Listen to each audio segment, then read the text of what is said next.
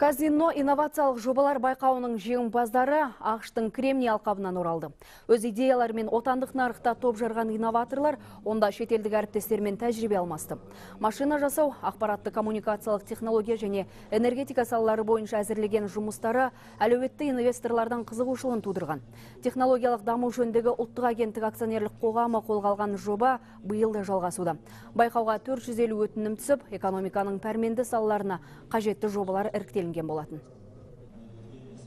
Біз өзіміз программа дайындап, сол арқылы мобильді операторлардың шығындарын 70%-ке қысқартуға болатындай жағдай жасауға бел будық. Міне біздің қазіргі күнде тесттер өтіп жатыр жобаларымыз, және жақында коммерциялық бағытқа қарай шығады. Өндіріске жақында ендіретін ойымыз бар, ол Орта Азия мобильді операторларынан. Жалпы ақшта біз проектті коммерцияландыру мәдениетімен таныстық.